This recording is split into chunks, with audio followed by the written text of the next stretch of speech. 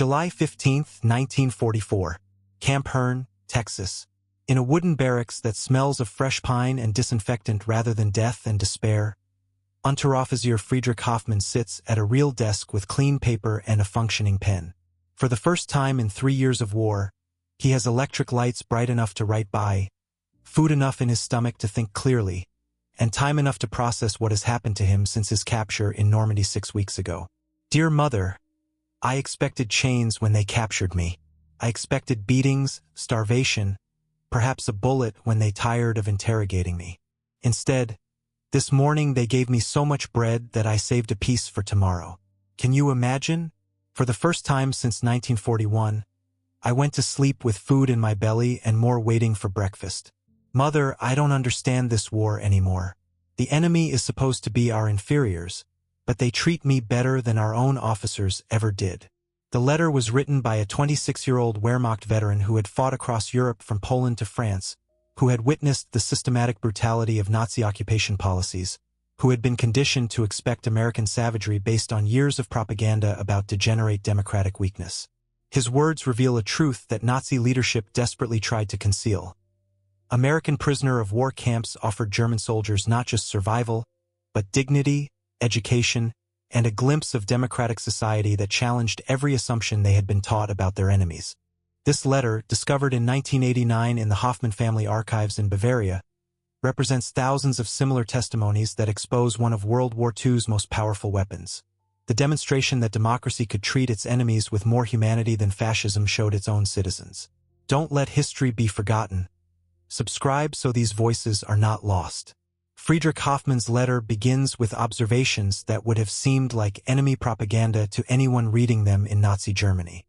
His descriptions of American prisoner treatment contradict every official warning German soldiers had received about the consequences of capture by democratic forces. They let us shower with hot water, he writes with obvious amazement. Real soap, Mother. Not the ersatz chemical paste we've been using for years. Clean towels that smell like laundry instead of mold and fear. When I saw myself in the mirror afterward, I remembered what it felt like to be human instead of just a number in field gray. The American guards watched us bathe not with cruelty, but with something I can only describe as professional concern for our welfare.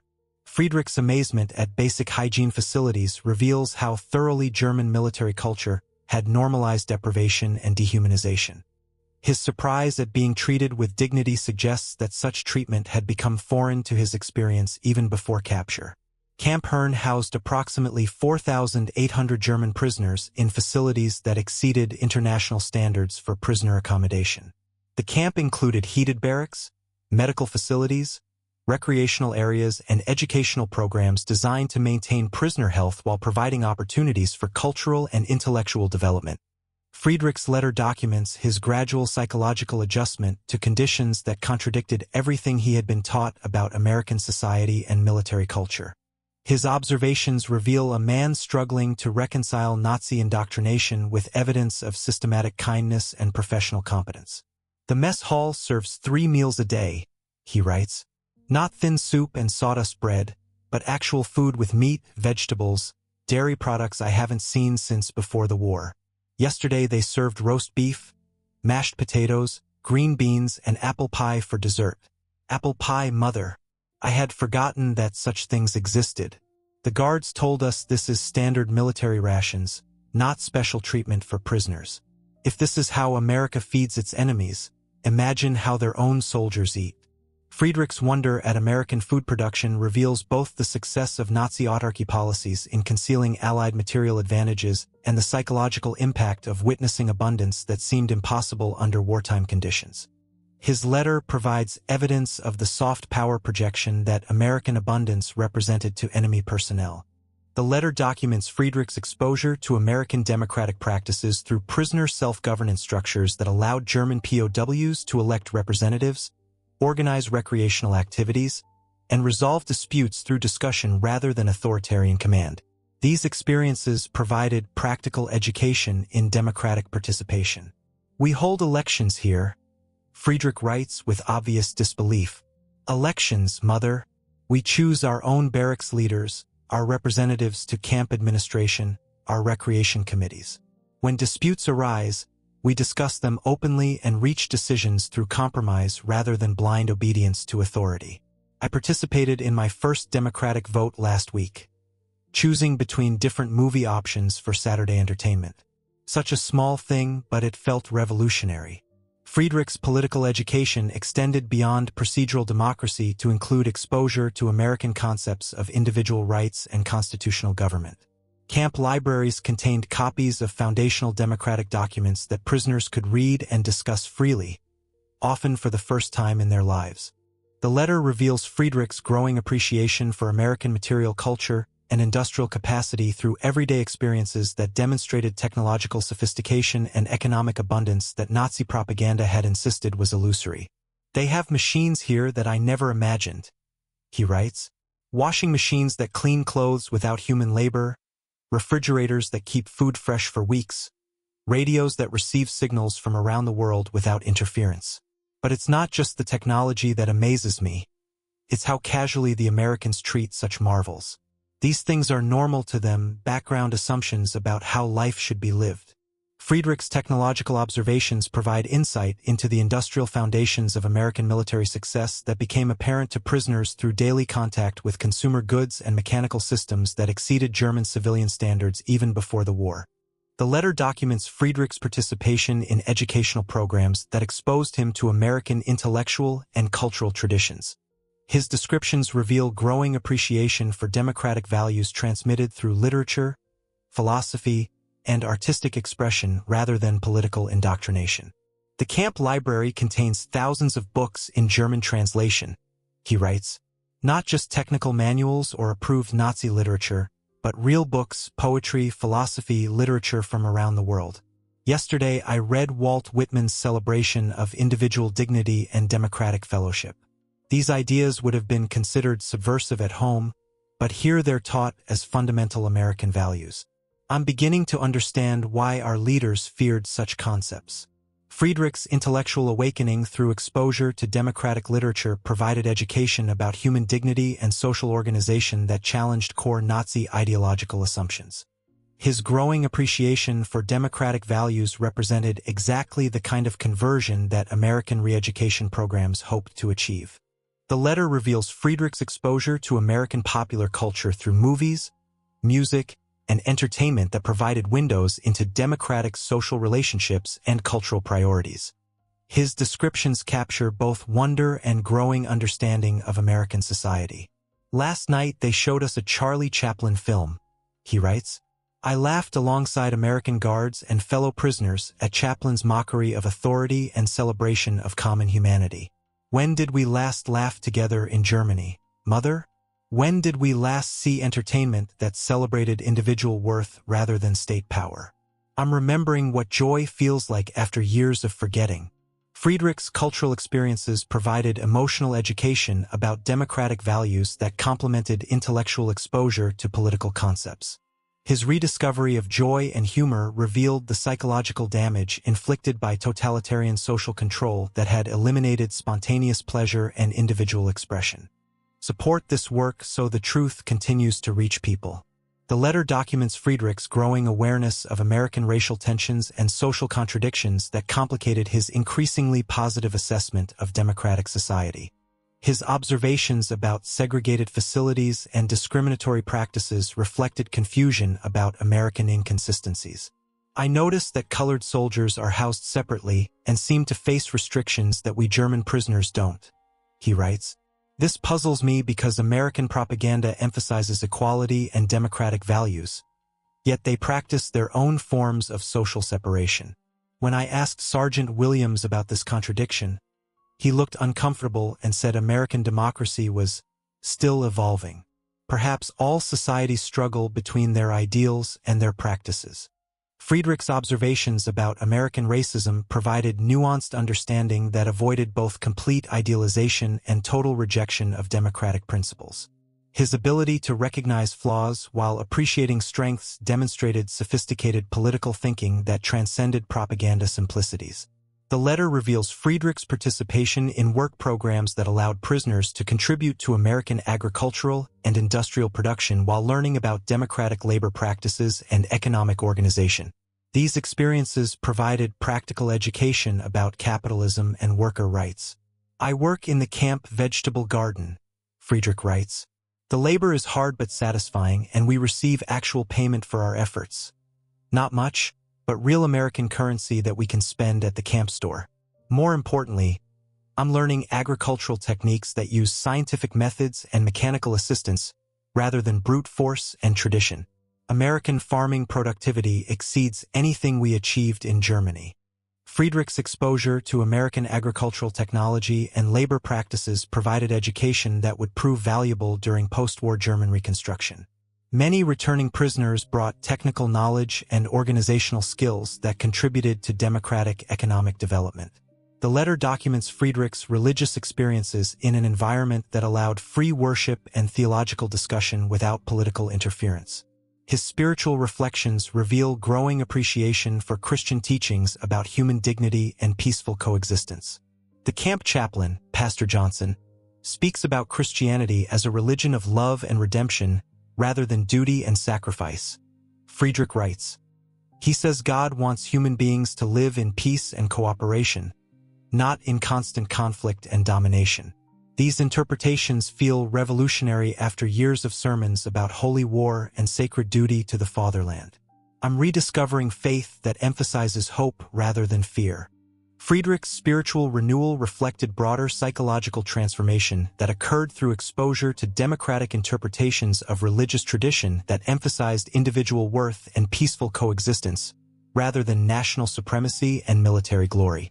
The letter reveals Friedrich's friendships with fellow prisoners that transcended regional and class divisions that had separated Germans under Nazi social organization. Camp life created egalitarian relationships that often proved more democratic than pre-war German society. My closest friend here is Professor Muller from Berlin University, Friedrich writes.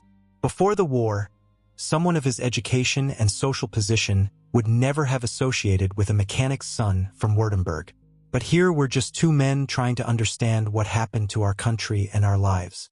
He teaches me history and philosophy while I share practical skills about engines and machinery. We learn from each other as equals. Friedrich's cross-class friendships illustrated democratic principles in action while providing emotional support during psychological transformation. These relationships often continued after repatriation, contributing to social democratization in post-war Germany. The letter documents Friedrich's access to international news through American newspapers and radio broadcasts that provided uncensored information about the war's progress and global political developments. This exposure allowed formation of independent judgments about military and political situations. American newspapers report both victories and defeats honestly, Friedrich writes. They criticize their own government's mistakes and acknowledge enemy successes when they occur. I can't remember the last time German media admitted uncertainty or acknowledged setbacks. How can we make rational decisions without honest information? How can democracy function if citizens can't trust what they read? Friedrich's exposure to free press principles provided education about democratic accountability and transparent governance that contrasted sharply with Nazi propaganda techniques. This experience helped prepare prisoners for participation in democratic society after repatriation. The letter reveals Friedrich's growing concerns about conditions in Germany based on American news reports and letters from home. The contrast between his comfortable captivity and his family's suffering under Allied bombing created profound guilt and psychological conflict. Your last letter mentioned the bombing of Stuttgart, he writes. You described families living in cellars, children who have forgotten what fresh milk tastes like, elderly people dying from cold and malnutrition. Mother, while you wrote those words, I was sitting in a heated building eating chocolate cake and reading philosophy books. How do I reconcile my comfort with your suffering? Friedrich's emotional struggle reflected the psychological complexity faced by prisoners who discovered they were better treated by enemies than their own government could provide for civilians. This recognition often created lasting guilt that complicated post-war family relationships and social reintegration. The letter documents Friedrich's growing understanding of American women's social and economic roles, which challenged Nazi ideology about gender relations and family structure. His observations about female workers and community leaders provided education about democratic gender equality. Women here work alongside men in many capacities. He writes with obvious surprise. They serve as guards, operate machinery, manage businesses, and participate in political discussions as equals. German officers find this shocking, but I'm beginning to see it as evidence of American strength rather than weakness. When societies use all their human talent, they become more capable and prosperous. Friedrich's evolving views on gender equality reflected broader social education that occurred through exposure to democratic practices rather than ideological instruction. These changed attitudes would influence post-war German social development. The letter reveals Friedrich's participation in cultural exchange programs that brought local American civilians into contact with German prisoners. These interactions provided mutual education about respective societies while demonstrating possibilities for peaceful coexistence after warfare. Local families sometimes attend our concerts and lectures, Friedrich writes. Yesterday I spoke with a farmer named Mr. Thompson whose son is fighting in the Pacific. He asked thoughtful questions about German agriculture and shared stories about his family's immigrant heritage. Here was an American whose relatives might be under German bombardment, yet he treated me with curiosity and respect rather than hatred. Friedrich's civilian contacts provided education about American society that extended beyond camp boundaries while demonstrating possibilities for post-war reconciliation. These interactions often challenge stereotypes on both sides while building foundations for future cooperation. The letter documents Friedrich's internal struggle with guilt about his wartime service, as his understanding of Nazi criminality deepened through exposure to uncensored information and democratic discussion. This psychological process proved both necessary and painful for genuine denazification. I've learned terrible things about what our army did in Eastern Europe, he writes. Crimes that were hidden from ordinary soldiers like me, but which American newspapers report with evidence and witnesses.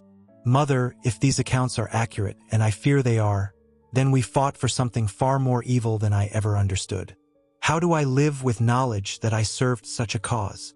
Friedrich's moral reckoning reflected the complex process of confronting complicity in systematic atrocities.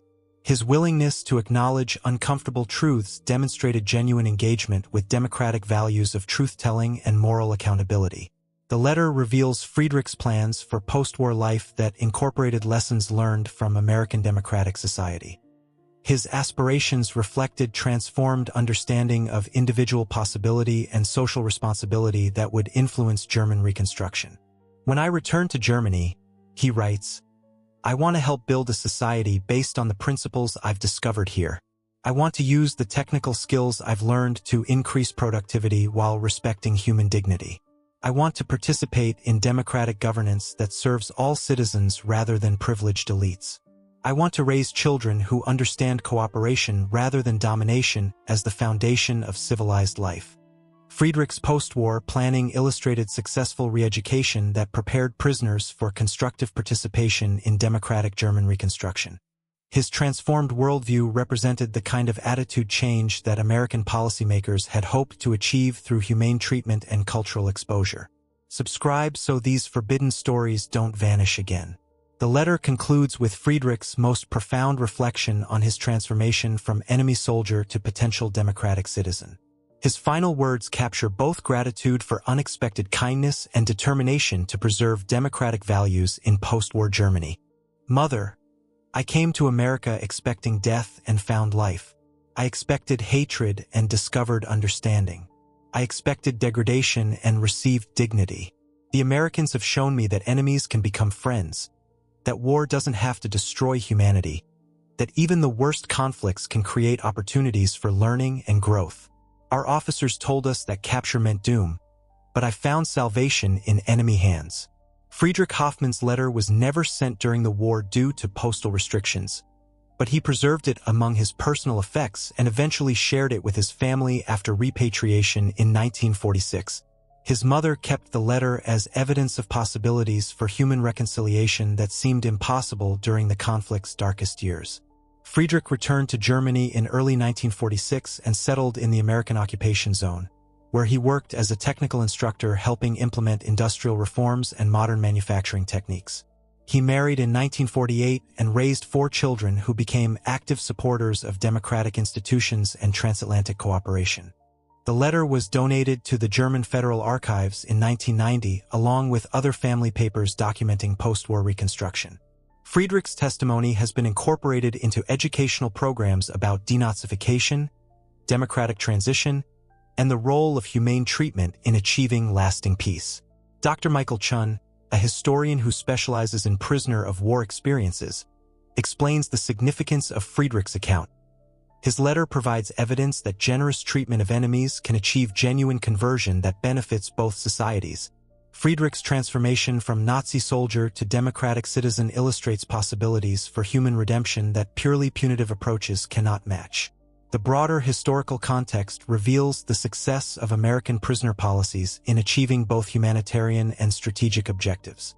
Of approximately 380,000 German prisoners held in the United States, the vast majority returned to Germany with positive attitudes toward democratic values and American society, contributing significantly to successful post-war reconstruction.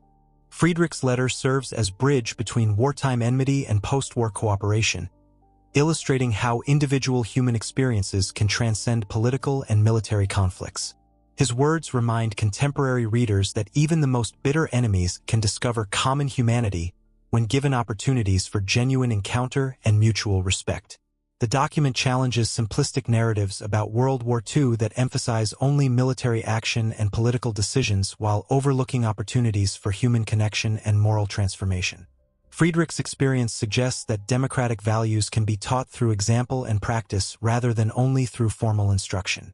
His testimony provides historical perspective on contemporary debates about prisoner treatment and detention policies. Friedrich's positive response to humane treatment offers evidence that respect for human dignity often produces better outcomes than purely punitive approaches to captivity and interrogation.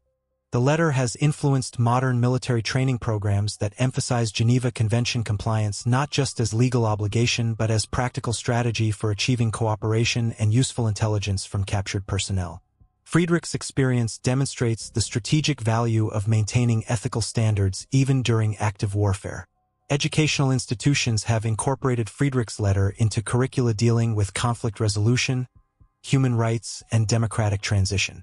His personal transformation provides concrete illustration of abstract concepts about prejudice, propaganda, and possibilities for attitude change through positive exposure to different social systems. The document serves as a reminder that individual experiences matter within larger historical processes, that personal relationships can bridge political divisions, and that seeds of future peace can be planted even during active warfare through commitment to human dignity and democratic values.